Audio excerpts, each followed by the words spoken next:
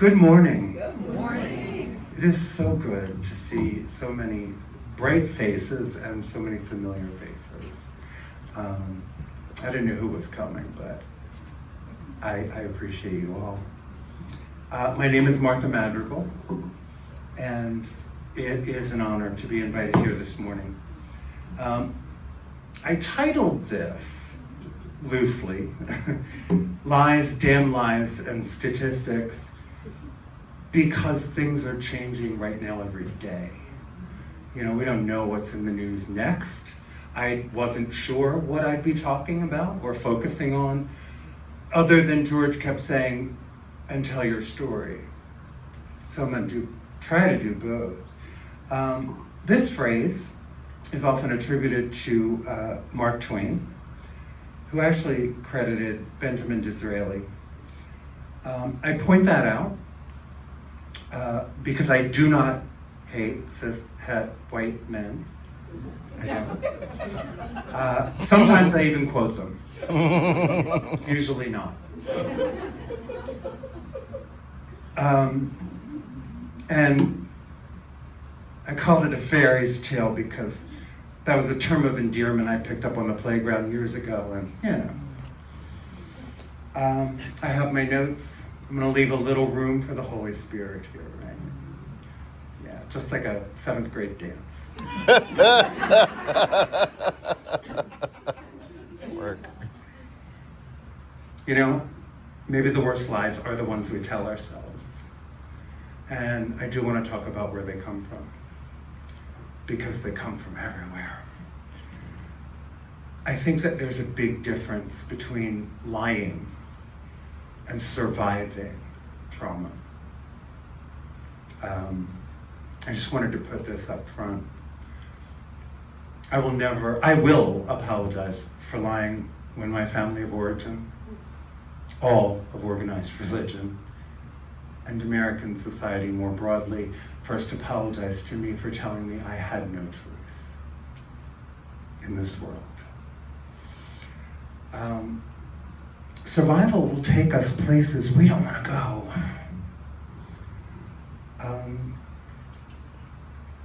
You know, I think a big part of our problems are the boxes we put ourselves in, still, and the ones we put one another in. As we posit, where all this is coming from, a lot of times I think it is, folks see the authenticity that comes out of the LGBTQIA+ community, and it's almost an affront. Like, I'm playing by the rules, why aren't you? They were never meant for me to begin with. You know, we forget that two things can be true at the same time. And we are fighting for scraps at a banquet table. We're in this together. I pretended I was male for 52 years. So if you came here thinking that late transitioners or trans people in general are liars, I'd ask you just to suspend that for our time together. And, you know, I'll answer questions later.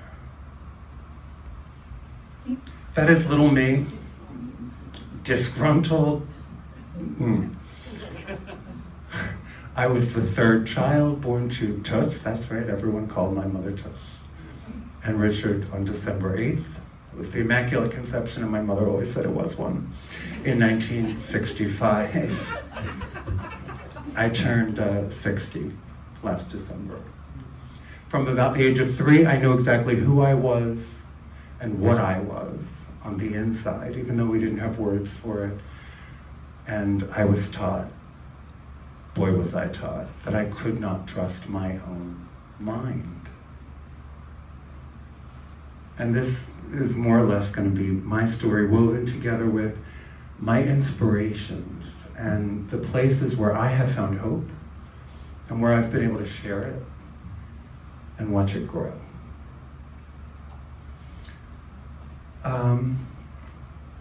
I concluded that all religions are made up.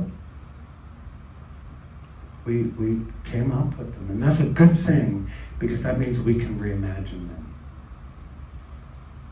I'm not saying that there is not a life force, an organizing intelligence in this universe where miracles and serendipity and chemistry come from. I'm not sure what I call it these days. I think it's big. I think it's expansive.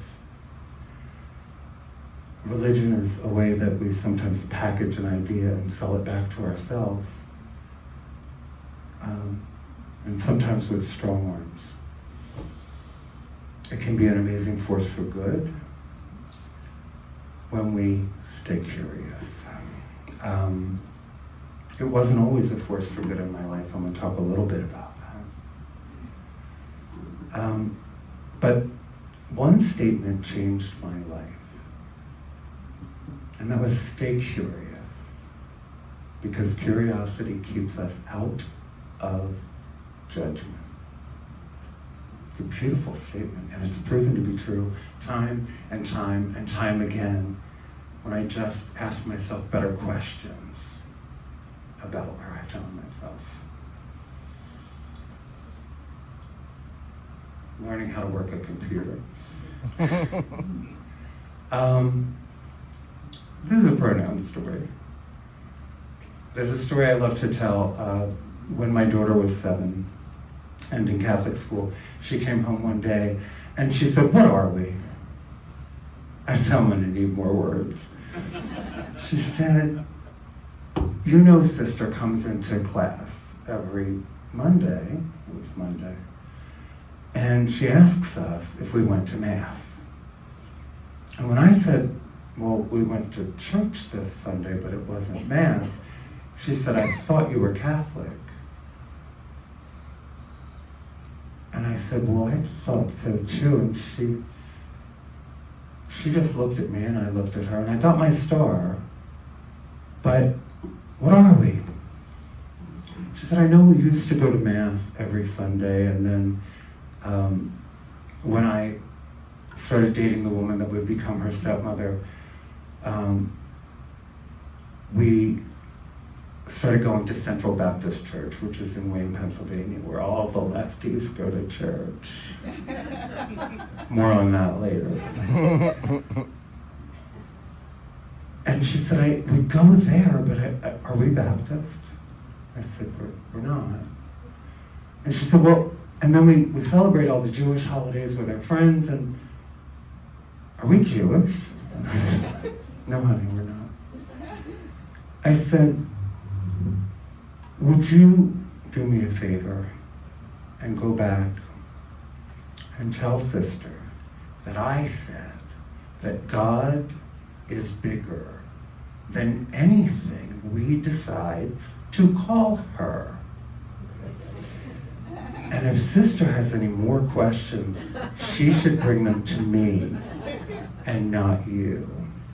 My kid got a gold star every Monday until she aged out." And I never heard from sister on the matter. Using feminine pronouns when you're talking about God, suddenly pronouns matter a great deal in some circles.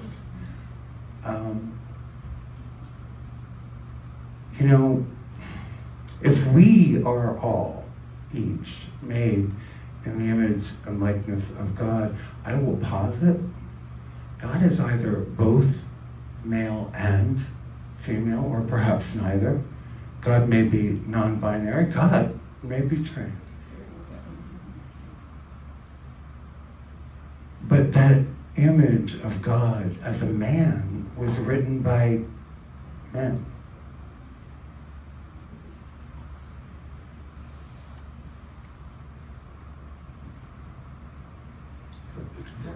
Charlton Heston, right? I know this is him as Moses in the 10 Commandments, but this is how I always pictured God as a child. Big, angry, foreboding.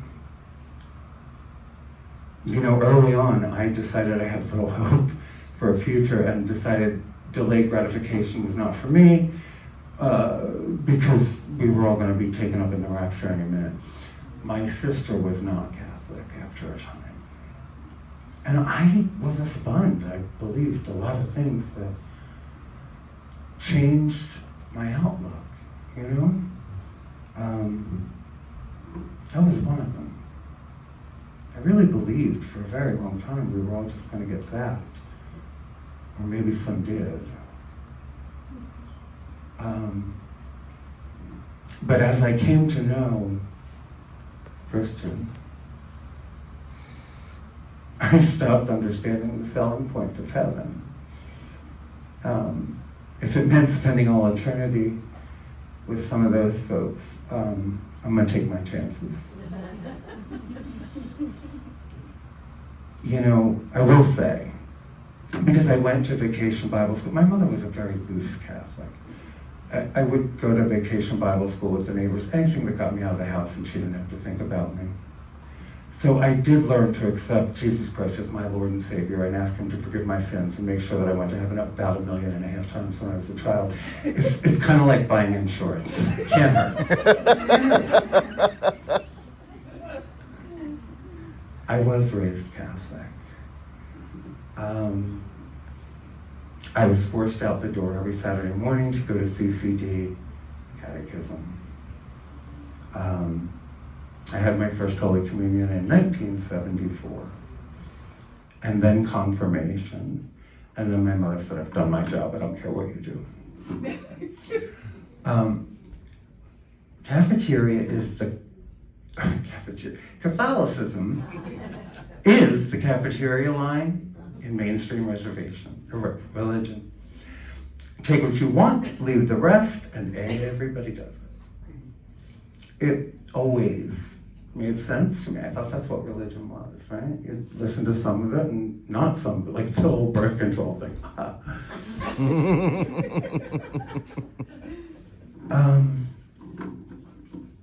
Yeah. But this guy, this was the version of God that my grandmother would pray to, I think, and talked about. And she lived with us when I was little. My grandmother struggled with mental illness for the majority of her life. And she was not medicated until the early 60s. So I had a very different version of my grandmother than everyone else. My mother actually really resented that because we had a bond. But one of the conversations I remember having with her, young, was her telling me that suicide was a mortal sin. And there was no way to ask for forgiveness because you were dead. And I couldn't find a loophole. And I'm gonna tell you, that kept me alive for a long time. Now, I may not have been in kindergarten the first time we had that conversation. We had that conversation because my brother, who was 15 years older and bipolar, invited me to kill myself more than once, a lot more than once. My sister, and again, I had not started school yet, asked him why he hated me so much, and he said, I wanted a little brother. All I got was another sister. Everybody knew. Everybody. But we didn't talk about it. We didn't talk about me and my femininity and the ways that I just naturally expressed myself and the toys I played with and the fact that I hung out with the girls and the boys made no sense to me at all. We didn't talk about it. So, communion. I did take my children to Mass every Sunday for quite a while. It was after my first divorce. And when I started dating a Protestant who had grown up in a church very much like the Methodist Church, the traditional version. She would come to Mass with me and my kids, but she would sit and cry through communion. I went, what? And she would say, I can't take communion without renouncing my baptism. And, in her church, that was something you did at, I don't know, 12, 13, but it was a decision. And she said, it means a lot to me. And I said, well, let's go get the cookie. Nobody cares. Truly, I didn't. And she said, I can't do that. And I told my therapist, I have had a therapist for a very long time, who happened to be a doctor of ministry, by the way. I told my therapist, and I said, I don't know why in the hell she was crying. And he said, you Catholics. You think everybody approaches religion like you do. They don't. Some of us take it very seriously. Some of us try to live our faith and try to examine and re-examine our place in the world where our faith is concerned. You're just not used to it. It's awfully surly for a therapist, don't you think? I said, where do you suggest I go? He suggested Central Baptist in Wayne. It's an American Baptist church. And again, the professors that teach at Eastern University, a lot of them go there. A lot of rabble-rousers, a lot of folks who keep things stirred up. They had been running the mainline gay prom out of that church probably for 10 years before we got there in the late 90s. It was an amazing place, and I discovered for the first time what an affirming congregation looked like. What really examining the way that we interact with people looked like.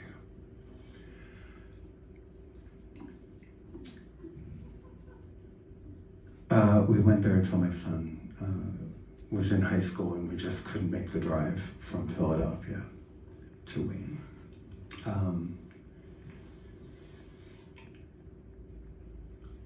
I was raised by a television and a whole lot of books. And I first discovered my aunt, Angelo, in 1977 watching Roots.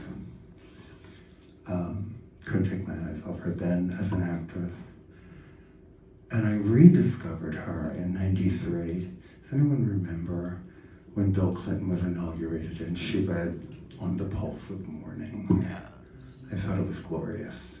And I started to devour everything she'd ever written to that point and moving forward. She was my favorite poet and one of my favorite humans. Maya Angelou stands 6 feet tall, like me. She has a voice deeper than mine.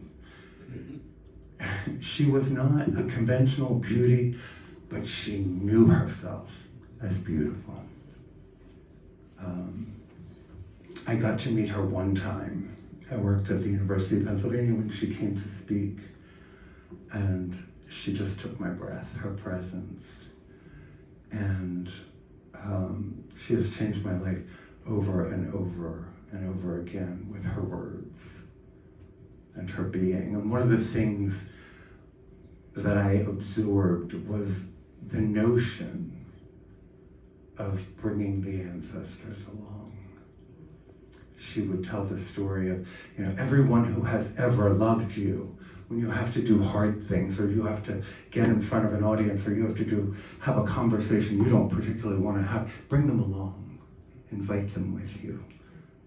Doesn't matter if they're alive or dead. We're talking about the ones that are no longer here. Take the ancestors along. I also bring the transcestors along too. There's a lot of them. And she said, I arrive as one, but I stand as 10,000. And I take that with me everywhere I go. I am not alone.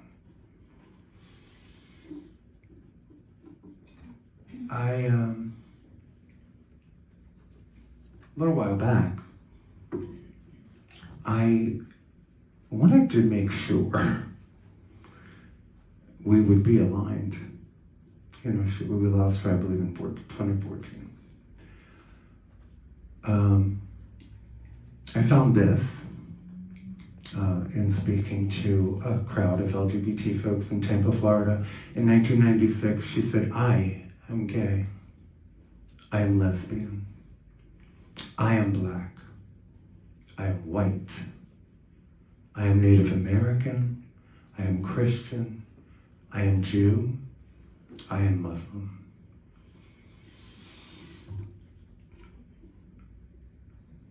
I hope, if she was alive to see what was happening today, she would have said, also, I am transgender. That notion, I've carried it for a very long time.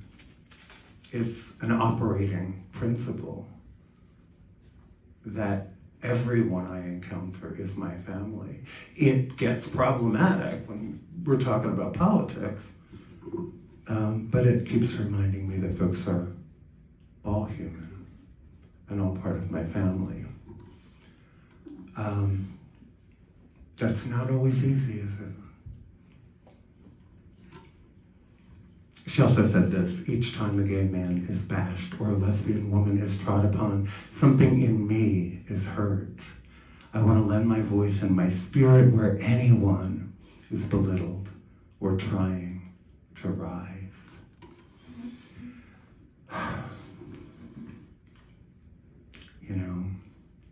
I know that as my parents raised me, they cared about my safety. I do know that, and I know that that's where a lot of their admonishing came from, telling me, boys don't do that. No kidding. The message I got, though, was that there was no room for me. There was no love for me. Love was very conditional, and it was based on whether I did it right. And doing it right meant what they said, because people like me don't exist. I remember the sneer on my mother's face, and I will never forget the term he, she, and the way she used it. I knew that we were never going to have a conversation about that. I prayed to be fixed. I think God said I was never broken. I prayed to be normal. Apparently God said I already was. I prayed to be acceptable, and it would seem to me the answer was that I first had to accept myself in the fullness of the way I knew myself to be.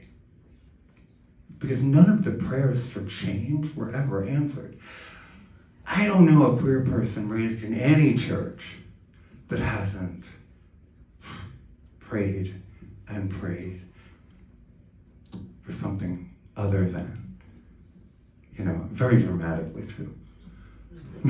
Take this cup from me. No. It doesn't go away. So, everything you're hearing about conversion therapy right now, the arguments, it is never constructive. It is never affirming. It is never life affirming. And, we've banned it as a practice. That's what we're arguing about right now, among licensed practitioners who have, to my thinking, have no business talking that way anyway. But I think it's only New Zealand who actually went so far as to ban it in churches.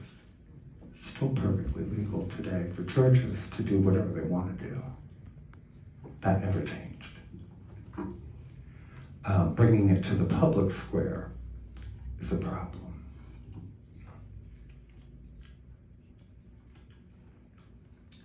So I decided, if we are all expressions of the divine, then so am I. And so is every LGBTQIA+ human who has ever walked, who will ever walk this planet.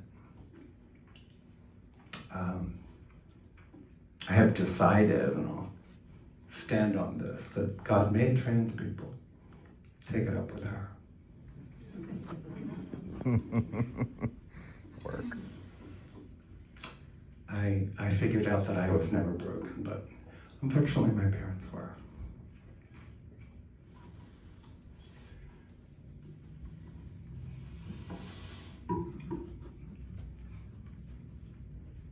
You can read that, right?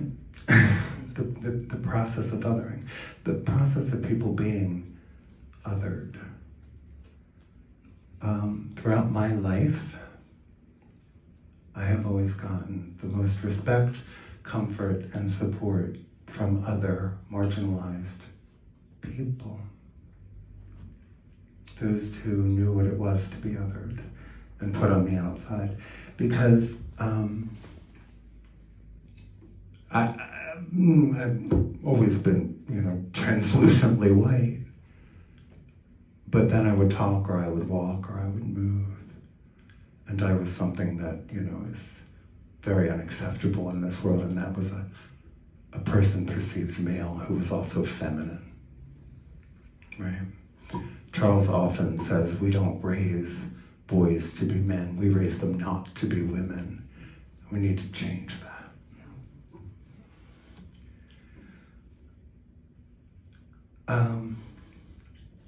So I have spent a lot of time as a speck of salt and a pepper shaker, and it's always worked out just fine because I felt safe there. This is Maya. I had trepidations about this conference. I don't know what we evoke by invoking the word evil. I don't know. Throughout our nervous history, we have constructed pyramidic towers of evil, oftentimes in the name of good. Our greed, fear, and lasciviousness have enabled us to murder our poets, who are ourselves, to castigate our priests, who are ourselves. The lists of our subversions of the good stretch from before recorded history to this moment. We drop our eyes at the mention of the bloody, torturous Inquisition. Our shoulders sag at the thoughts of African slaves lying spoon fashion in the filthy hatches of slave ships, and the subsequent auction blocks upon which were built great fortunes in our country. We turn our head in bitter shame at the remembrance of Dachau and the other gas ovens where millions of ourselves were murdered by millions of ourselves. As soon as we are reminded of our actions, more often than not, we spend incredible energy trying to forget what we've just been reminded of. Powerful words. Powerful words. And from the first time I heard it, I never forgot that concept of ourselves and what we do to ourselves.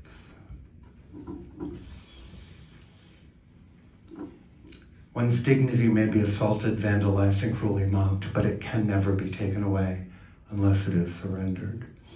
I was bullied a lot between the 4th and the 8th grade. I escaped to a private school for 9th grade. It was a Christian school. It was run by Pentecostals. I didn't give a shit who ran it. Yeah. My thinking was, they're afraid to go to hell, they have to be nice to me. Honestly, it worked out mostly. But I never fought back. I didn't fight back. smaller boys than me would knock me to the ground. I didn't raise my hands. It took me a long time to figure out I didn't fight back, in part because I thought I deserved it. There must be a reason. I can't walk across the playground without being harassed in some way. Yeah. So I went to school among Pentecostals. My sister was another version with the Assembly of God. I had my exorcism courtesy of her. I don't know if you read that on the flyer. Not a pleasant experience. She and a buddy held me down while they prayed. I can't tell you how long that lasted. I can tell you it was demoralizing. And after that, she sent me to her pastor for counseling. And this is something that happens a lot with, I would have been 17 at this point. It happens a lot with queer people who hate themselves, who have been taught to hate themselves, and that what they are is not favorable to God. And so it wasn't electrodes, it was talk, therapy. But I didn't want to be any of what I was. And he was perfectly happy to keep saying I wasn't praying hard enough or it would go away. Yeah. Again, it didn't. I spent 24 years raising my children. 24 years trying to give them what I did not have. Up until August of 2011. I found myself floating in the Atlantic Ocean. We were on vacation in Ocean City, New Jersey. And I cannot tell you how long I was out there, floating. My life was falling apart once again. My second marriage was tattered. And as I floated, I asked this universe for a word. Just a word that would sustain me, a word that I could hold on to, a word that might help me make sense of why, again, I could be trying so hard to make everyone else so happy and have life feel so empty. I had absorbed hundreds, literally, of self-help books. I had attended seminars. It all lived in my head. Didn't live in my body. It didn't get past. I had grown up in my head. That's where most of us grow up. It's safe there. The word was trust. Came to me as clear as day. Trust.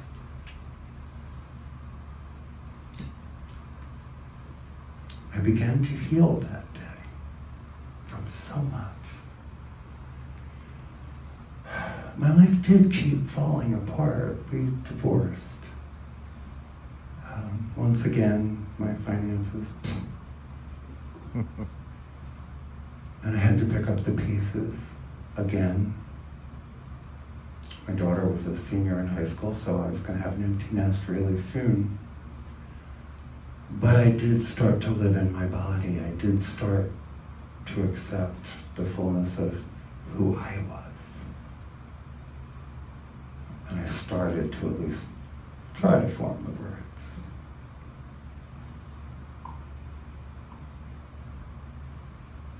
Just wanted to stop a minute to ask you a question. Where do you think gender lives? Anyone? If you have ever lost someone you love,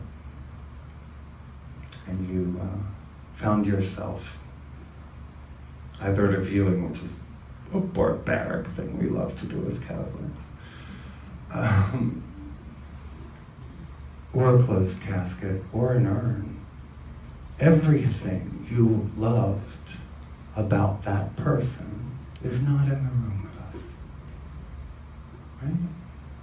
I mean, we can talk about how they live on in our memories or our hearts, but that's not what I'm saying. I'm saying everything that made them vivacious, funny, interesting, you name it, it's not there anymore.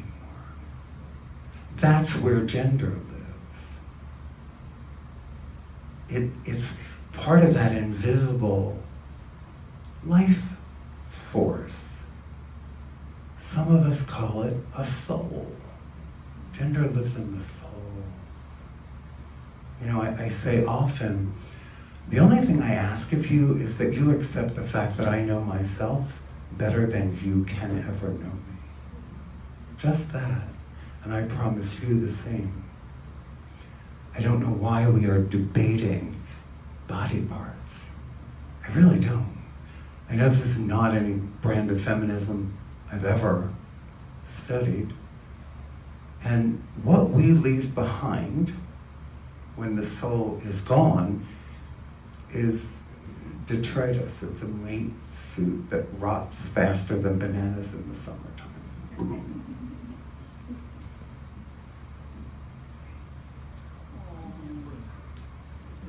It's my dog. So this is the part where I was going to tell you that trans people are neither recruiting nor grooming anyone's children. That distinction belongs primarily to cisgendered, heterosexual, identified, often Republican men. I was going to cascade all the slides just from the last 12 months of them being arrested, all the news stories, again and again and again and again and again. The same people who are legislating against us. But I didn't want to look at them. So this is Bruno, cute, right?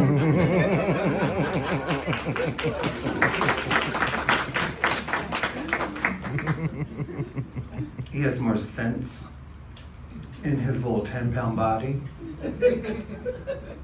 than the entire Republican Party of 2026 combined.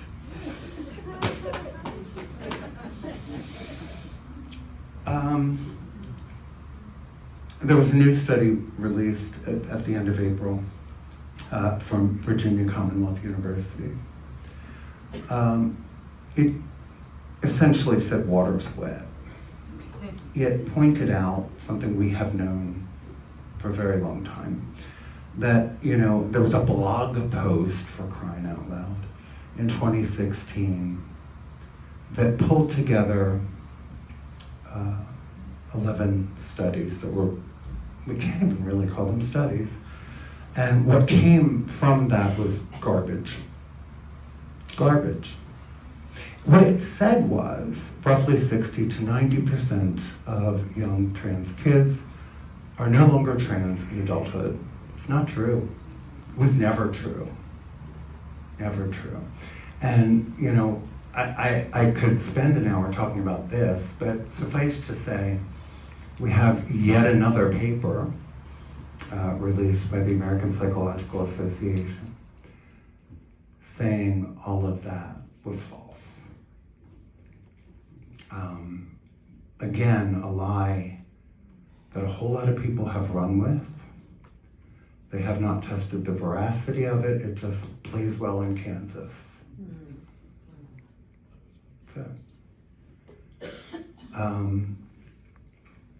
flawed, outdated research.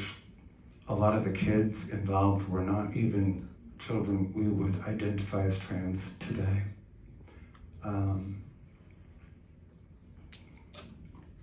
Junk science.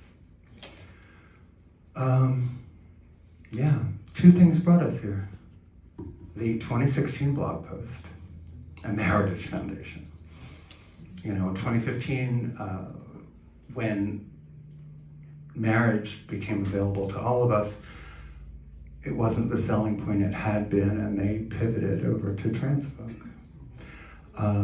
Project 2025 is chilling, and it's in effect, and if you haven't right there. I don't blame you, but maybe look at it.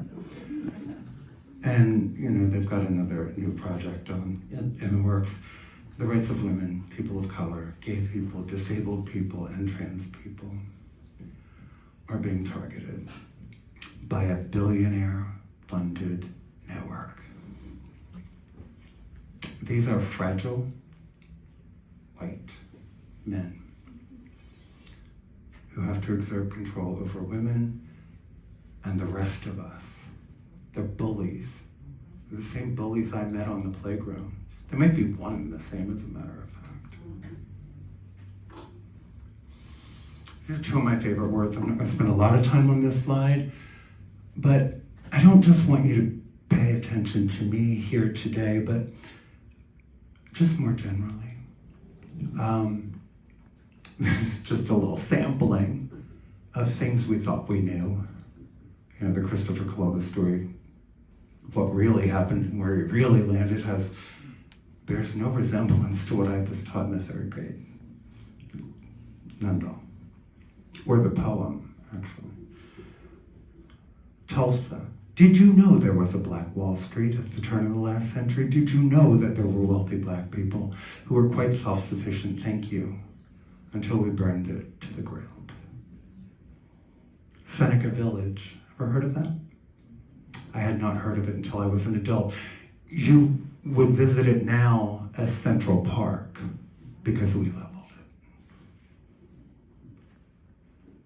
Dr. Magnus Hirschfeld, the Institute of Sex in Berlin in the 1920s, again, the early part of the last century, groundbreaking work, groundbreaking research, so much documented until it was burned.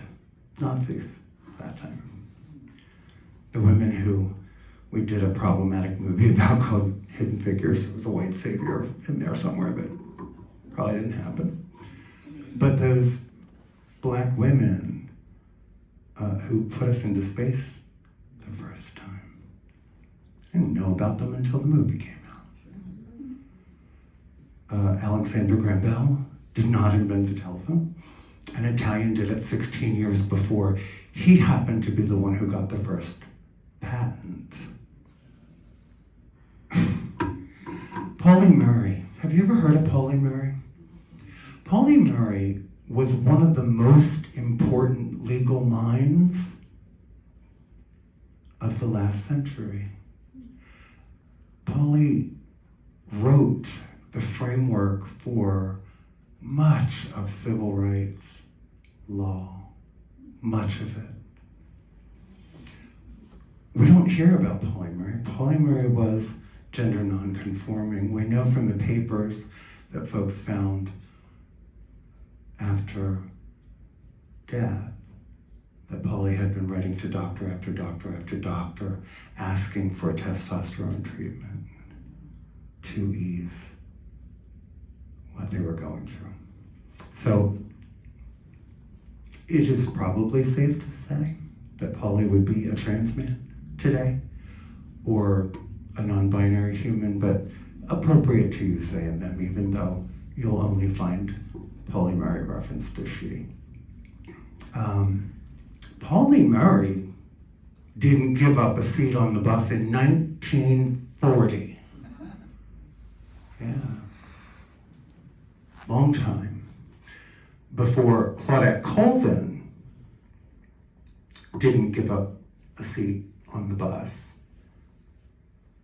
A lot of us don't know about Claudette either because she was a young African-American woman who was not married, who was pregnant, and whose skin was considerably darker than Rosa Parks. Rosa was 9 months later. History, right? Compton's cafeteria, where a bunch of trans women said that they had had enough of the police in the mid-60s. Dewey's Coffee Shop right in Philadelphia, where we had a protest and a sit-in because they decided the queers were no longer welcomed, leading up to the Stonewall Uprising, which I know a lot about, but I find out people don't. Truly, the cornerstone of a lot of the gay rights movement led by trans people of color. Yeah. The folks who couldn't pass, all right, they're the ones that really pushed the movement forward. Because back then, if you could pass, you did. You did. And can't blame them. Because back then, the laws were written such that if you were found in a bar known to serve queer people, tomorrow you would read your name in the newspaper with your picture. And you could lose not only your job, but your apartment, your family, your church, your standing, all of it in a day for having a beer with a buddy. And I lived through the AIDS pandemic.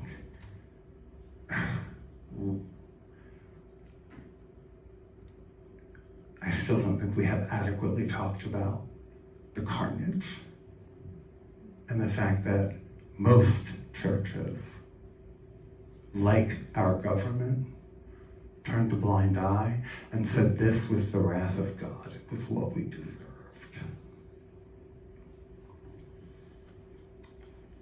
They say history is written by the victor.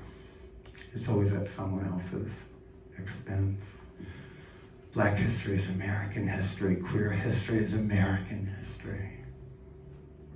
But we don't teach it.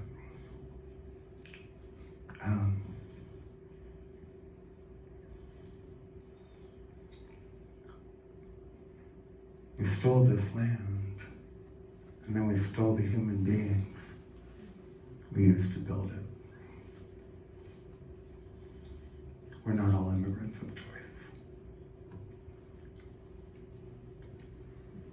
It astounds me that this quote has been around since 1960.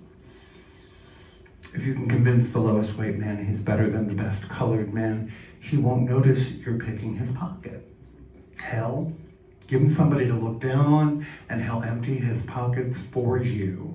Was Lyndon Johnson a problematic figure who also had a lot to do with passing civil rights legislation? Why have we still not figured out that racism is stupid? Billionaires continue to use it to divide the poorest among us, and it works like a charm. Still. Okay, this is a pet peeve. Just go with me for a second because this has bothered me since it happened. Malvina Reynolds in the early 1960s wrote a lovely little protest song called Little Boxes. Little Boxes. This is Malvina.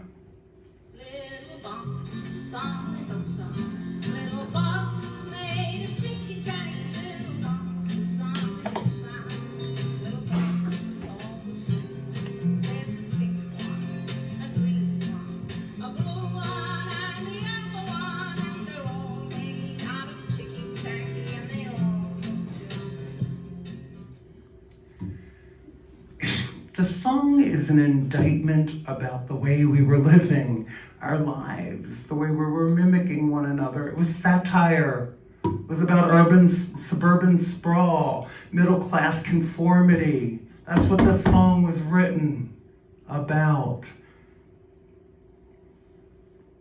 Kids in the room? If anybody can tell me what the fuck this is, I'll pay you. Little boxes on the hillside, little boxes made of ticky-tacky, little boxes. This is a Dunkin' Donuts commercial. Little boxes all the same. There's a pink one and a green one, and a blue one and a yellow one, and they're all made out of ticky-tacky, and they all look just the same.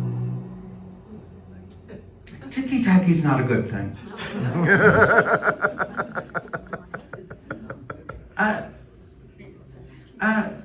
It rendered me speechless. Every time I see that damn commercial, like, what are we doing? What are we doing? And words are upside down, and yeah, war is peace, freedom is slavery, ignorance is strength. George Orwell, right? Oh. Empathy is in short supply these days. We don't need more allies. What we need are co-conspirators.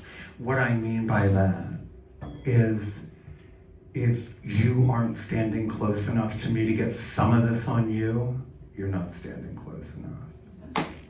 I need you closer. I do. A young woman who used to play music in our bar experienced her first protest in 2020 when George Foreman died. And through an odd course of events, her father doxed Charles and I. It was really scary because we didn't know who did it at first. And it was over a Facebook post. I think I called his sister. Actually, I said his sister might be a racist. I had time that day. Anyway, she sat there crying in the bar. You know, they came over. They said, can we please, the bar was closed. This was COVID. Can we please just come see you? And so we did, and we sat with them, and I held her as she cried. She has not talked to that entire side of the family since that point in 2020. And she said, how do you do it? I said, honey, do what? How do you do it? You know, and I kind of realized what she meant. She said, all of it, it's so hard. I said, Charles won't stop being black. Sorry. Not sorry. And I love him.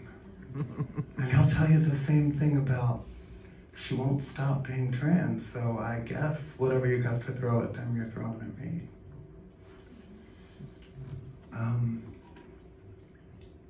Anybody want to guess who spit out this gem? Empathy is the fundamental weakness of Western civilization. Any guesses? Good guess, but no. It was Charlie Kirk. It was not. J.D. Vance. That was Elon Musk. I built with a colleague, with my therapy partner, an addiction treatment program for the LGBTQIA plus community, and in 3 short years, we had won 2 social innovation awards. We'd have won a 3rd, except Doge wiped out our funding. Those little white boys that sat there using AI and looked for keywords and with the stroke of a pen took away millions of dollars. Well, the Division of Mental Health and Addiction Services in New Jersey provided our grant. In a day, it was gone. And while our CEO promised us we were in no danger, she was also retiring in September. And once the grant was gone, the rules changed. The parameters around our program became much different. And someone that I once had a great deal of respect for figured out how to fire me in short order. All of us are gone now. The only thing that kind of makes me smile is she got fired 3 months later.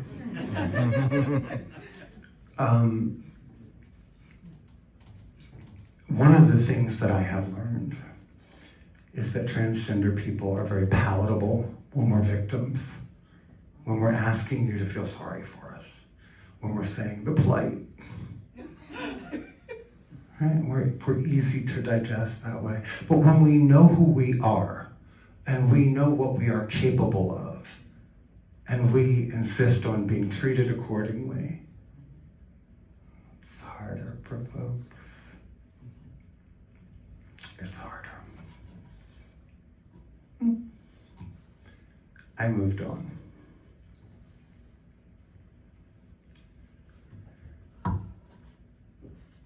A couple little quotes. We get this one brief life. You know, I talk to so many people about regret over lost time. You know, if it had come out sooner, transitioned earlier, I lost a childhood, or I lost young adulthood. And it's a fool's errand. You know, I said, my father used to say, don't borrow trouble. He meant, you know, stay right here. Don't think about what might happen next week, or, you know, if you're waiting on test results, just wait until we know. My Anjali said, you know, do the best you can until you know better. And when you know better, do better. I put that there because it's about finding grace through life. We're always learning. We're always picking up new information. And when we know better, hopefully, we do better. Of course, Dolly Parton said, get off the cross, honey, somebody needs the Lord. Love that quote. And one of the things I say about the same topic is, what does compassion say? You know, because the call to authenticity is sacred, and we don't spend enough time being kind to ourselves and compassionate with ourselves.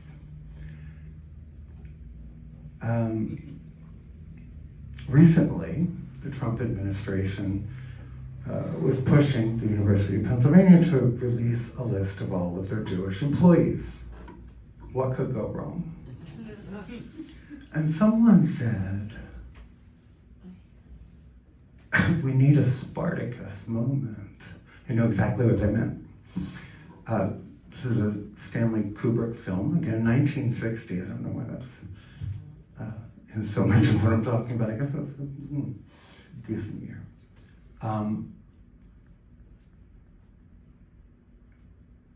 We need to stand together or we'll hang separately. I think Ben Franklin said that, and he, ironically, founded the University of Pennsylvania. We're at our best when we know that we are more alike than different. And we are all probably in this room closer to homelessness than we are to being Jeff Bezos. It's a guess.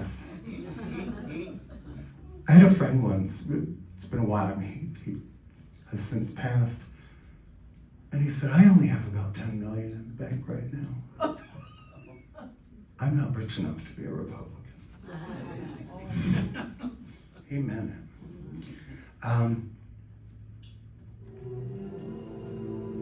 Kirk Douglas, Tony Curtis, God, that man was beautiful. Have we a count of prisoners? We haven't made the final count, sir. I bring a message from your master, Marcus Licinius Crassus, commander of Italy.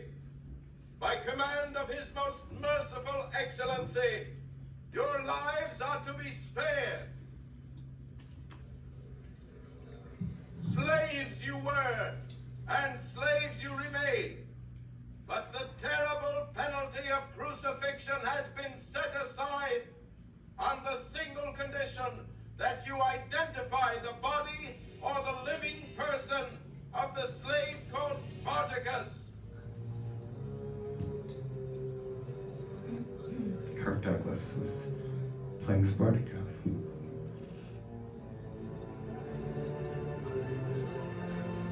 I'm Spartacus! I'm Spartacus. I'm Spartacus! I'm Spartacus. I'm Spartacus! I'm Spartacus. I'm Spartacus. I'm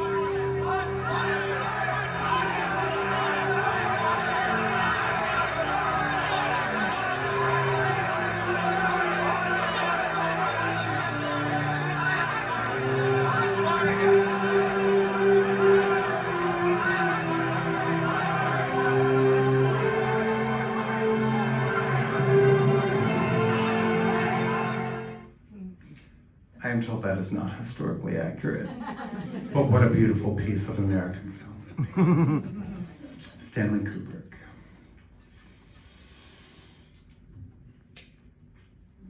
James Baldwin is another of my favorite authors. He said, white people in this country will have quite enough to do in learning how to accept and love themselves and each other. And when they have achieved this, which will not be tomorrow and may very well be never, the Negro problem will no longer exist, for it will no longer be needed.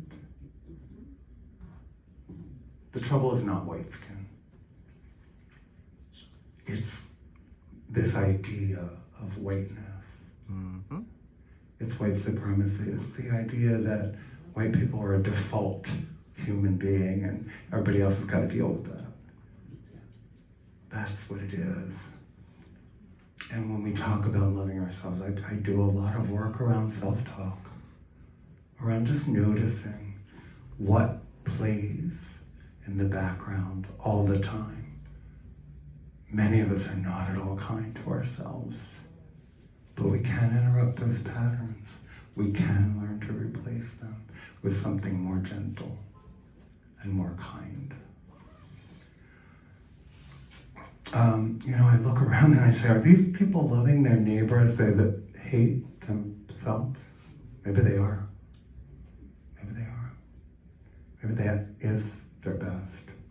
I would posit the trans problem would cease to exist in an instant. I don't think we are a problem, but if people would A, mind their own business and tend their own gardens and B, maybe love themselves a little bit better.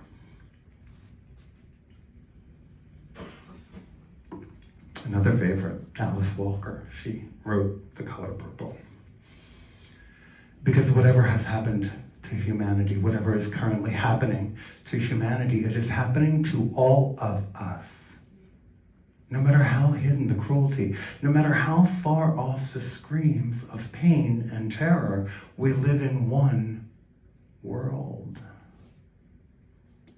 Oh, every time I see footage of undocumented humans and the way they are being treated in our names,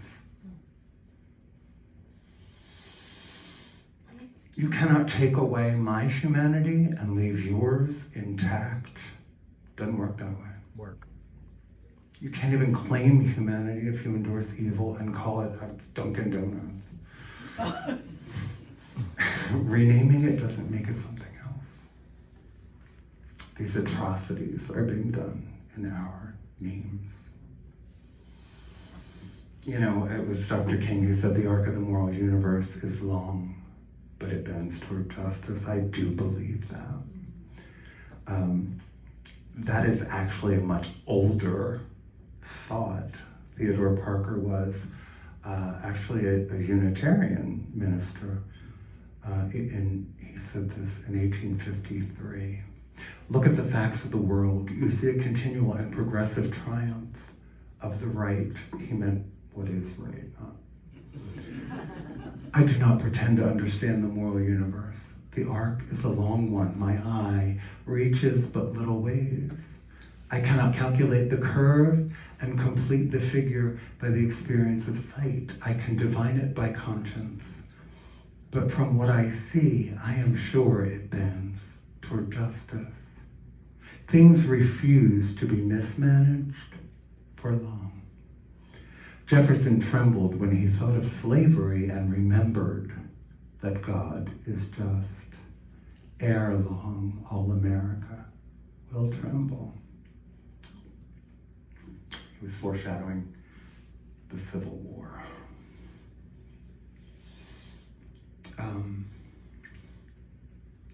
Hope and self-determination and the yearn for freedom and dignity run deeper than the billionaire's pockets.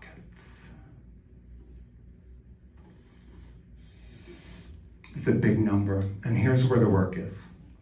89,278,948. That is the number of Americans who were eligible to vote in 2024. This number represents the folks who did not, or could not, or would not vote.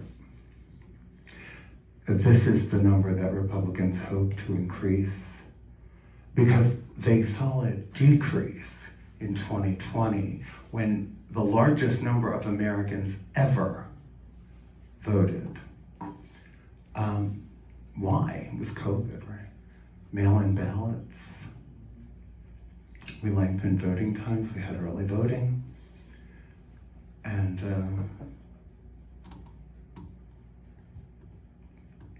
that year, only 33% of us did not vote.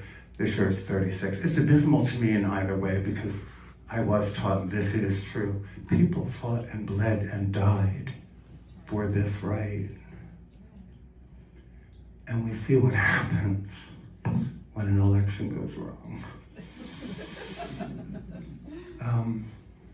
One of the worst sentences I think I have ever heard is, "I stay out of politics," or "Politics aren't for me."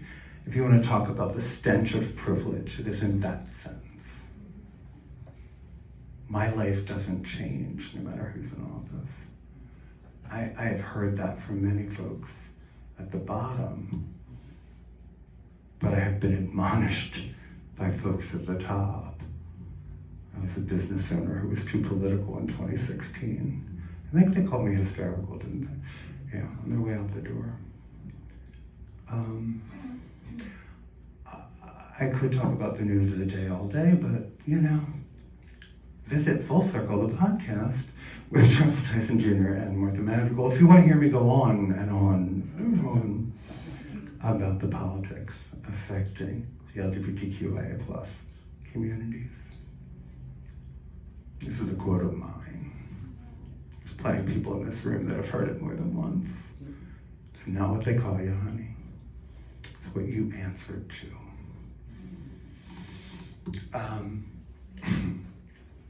I have only once, since my transition, run into someone who decided to be ugly.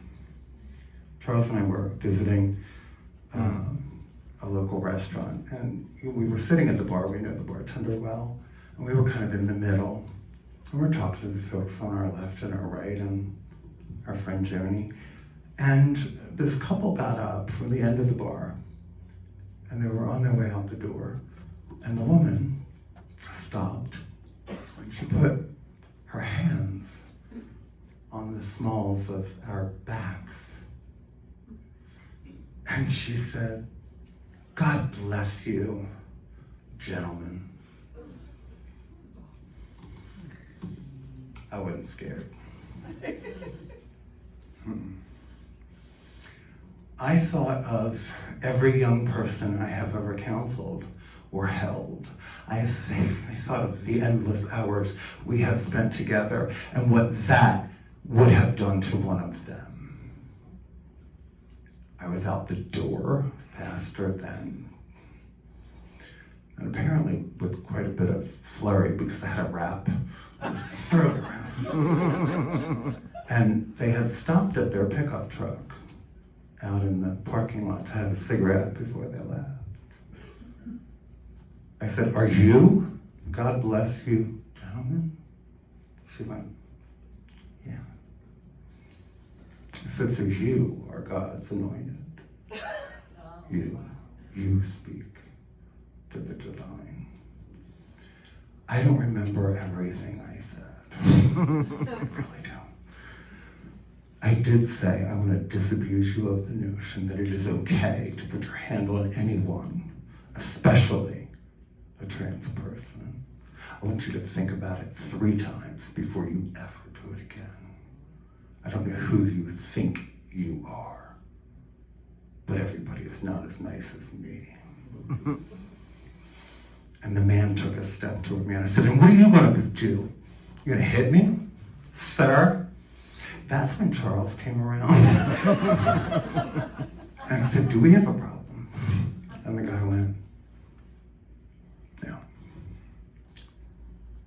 And they got in their truck and left. I'm not afraid of bullies anymore.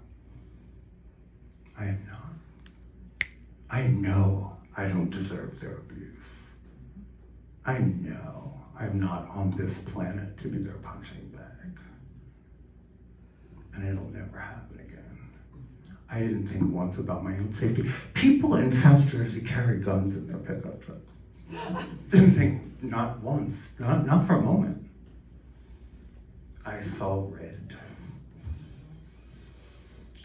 So did she.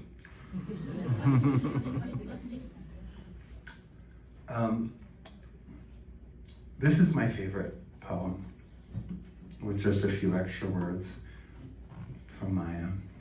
I have a copy of this. It hangs in my office. It hangs in every office that I have. I was on a Women's History Month panel with the New Jersey Education Association back in March, and a woman named Fatima Hayes was next to me. And we got to talking about hope. And we got to talking about, we're not talking about wishes, we're talking about hope. We started talking about young people, right? And how much hope they inspire. And she said, yeah, we're not talking about generic, we're talking about the hope of the slave. I'm like, yes.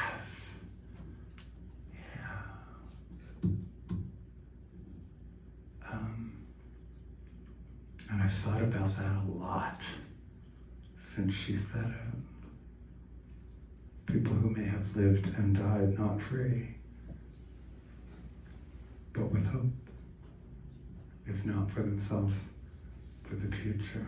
Like I said, it's ingrained. The issues which face us all are not just how to survive. Obviously, we are doing that somehow. But really how to thrive. Really.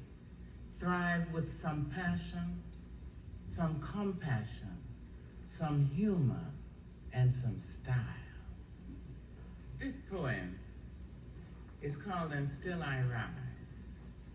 Now, every person in this auditorium has gone to sleep one night or another, or gone to bed one night or another, with fear, or pain, or loss, or terror, unhappiness, grief, insecurity, and yet each of us has awakened, arisen, seen another human being and said, "Morning, how are you?" "Fine, thanks, and you?"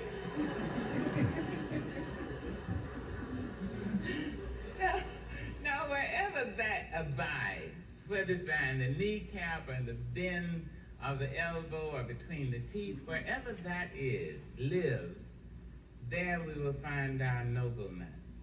Not nobility, I think that's a pompous word, but the nobleness of the human spirit, that we rise. You may write me down in history with your bitter, twisted lies. You may trod me in the very dirt, but still like dust, I'll rise. Does my sassiness upset you? Why are you beset with gloom? Just because I walk as if I have oil wells pumping in my living room. Just like moons and like suns with the certainty of tides, just like hope springing high, still I rise. Did you want to see me broken? Bowed head and lowered eyes, shoulders falling down like teardrops, weakened by my soulful cries? Does my sassiness upset you? Don't take it so hard just because I laugh, as if I have gold mines digging in my own backyard. You can shoot me with your words, you can cut me with your lies, you can kill me with your hatefulness, but just like life, I'll rise. Does my sexiness offend you? Oh. Does it come as a surprise that I dance as if I have diamonds at the meeting of my thighs? Out of the huts of history's shame I rise. Up from a past rooted in pain I rise. A black ocean leaping and wide, welling and swelling and bearing in the tide. Leaving behind nights of terror and fear I rise. into a daybreak miraculously clear, I rise, bringing the gifts that my ancestors gave. I am the hope and the dream of the slave. And so, wow, there I go.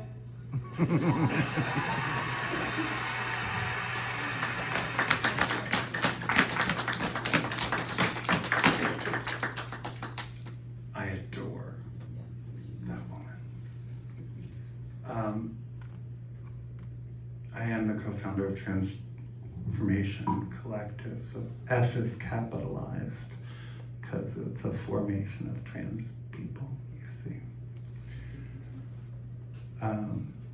One of the things we do is a Zoom call every Thursday, and I mean every Thursday. I don't care if it's Thanksgiving or Christmas or New Year's Day.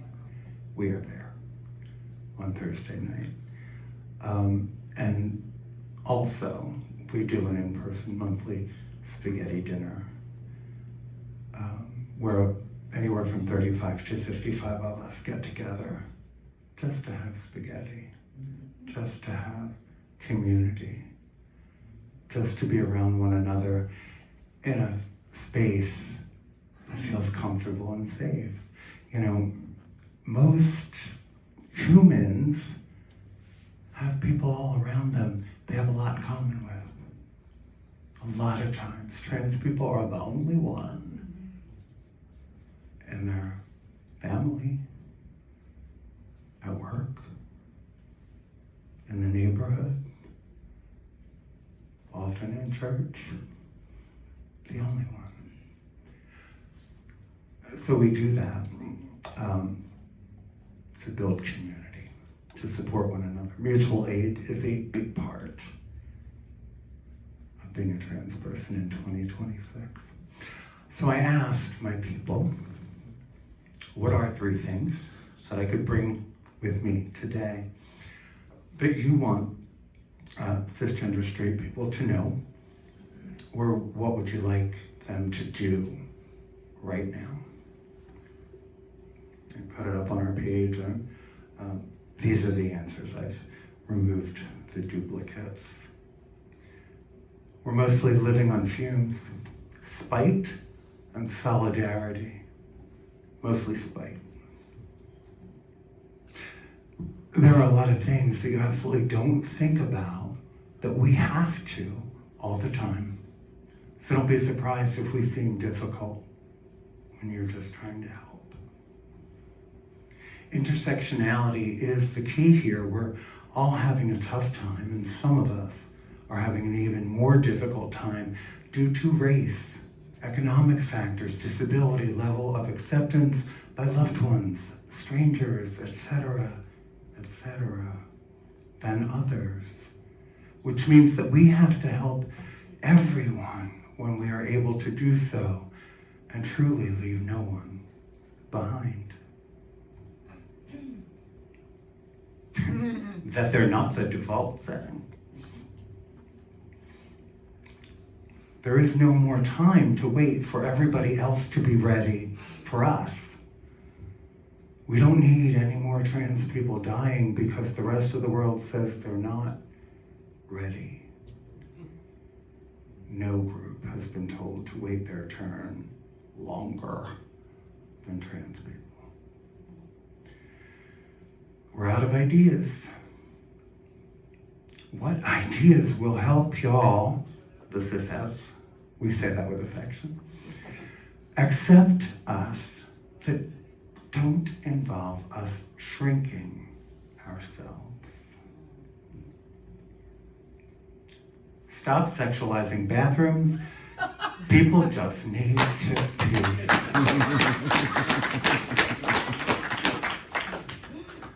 Stop making trans people explain or defend their existence all the time. A lot of trans people are expected to be walking FAQ pages, policy experts, and personal educators all at once.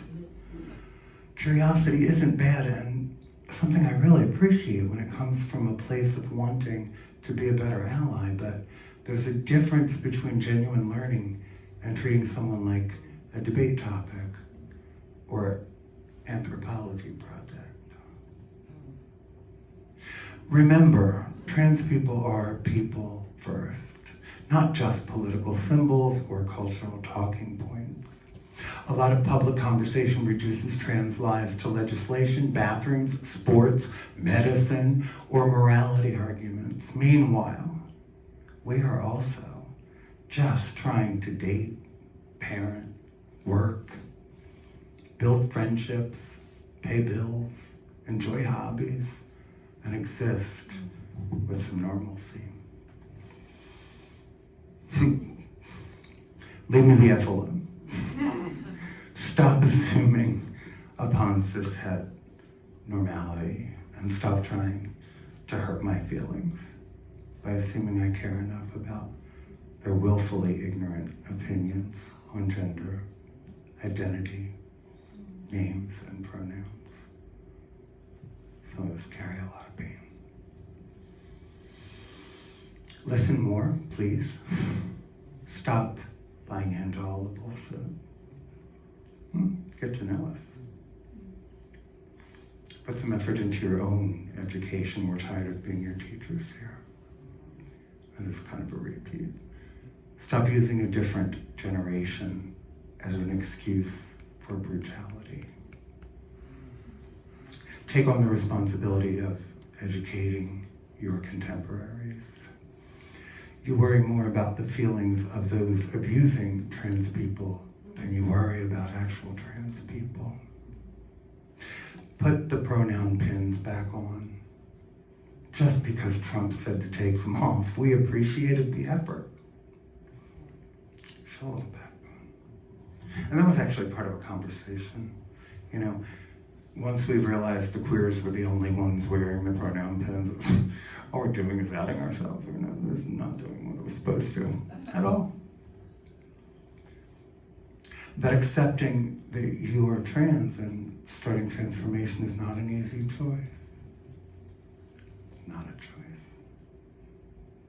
And in case of me, as a lesbian trans woman, it is giving up the privileged position in society in which people saw me as a straight, cis male. I didn't write that one.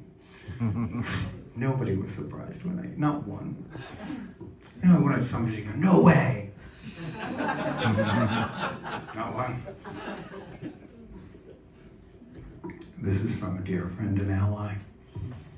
I'm going to throw my 2 cents in. I wish they knew that the trans people I know are some of the most amazing, authentic people I have ever met.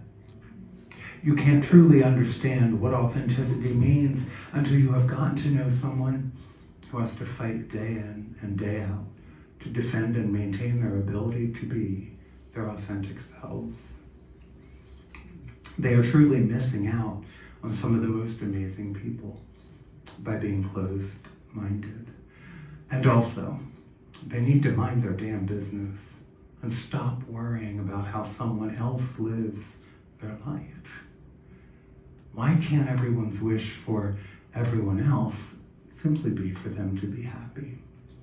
If you are a person who is so easily bothered by the appearance of someone or what their version of happy life looks like, and you don't even know them personally, you should take a good look at yourself, because something is not right internally. These people are the problem, not the trans people who know how to mind their damn business. And finally, how good it finally feels to be myself. Like the first clear breath after a head cold. So poetic. Every person gets to define themselves. No person gets to define someone else. Being a predator is already illegal, except if you're the president, apparently. Laws that seek to target trans people affect cis Black women and anyone not matching a narrow subjective visual standard. Bonus answer. I wish they knew how much I risked, sacrificed, and lost. that being okay was paid for in pain and tears. So that is why I have a lot less patience for the bullshit.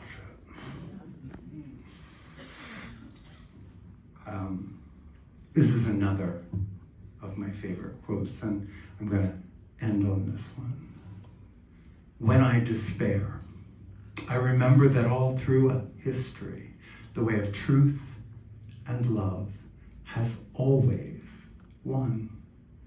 There have been tyrants and murderers, and for a time they can seem invincible. But in the end, they always fail. Think of it. Always. This current crop of fuckers will die.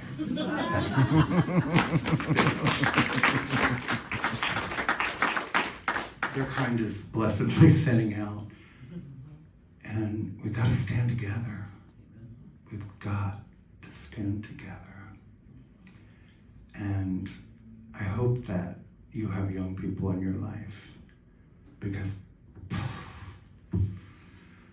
they keep me going. They keep me going. The way that they treat one another, the way that they approach gender and sexuality as just another part of being human, and the world that we are borrowing from them. We're not doing the best job.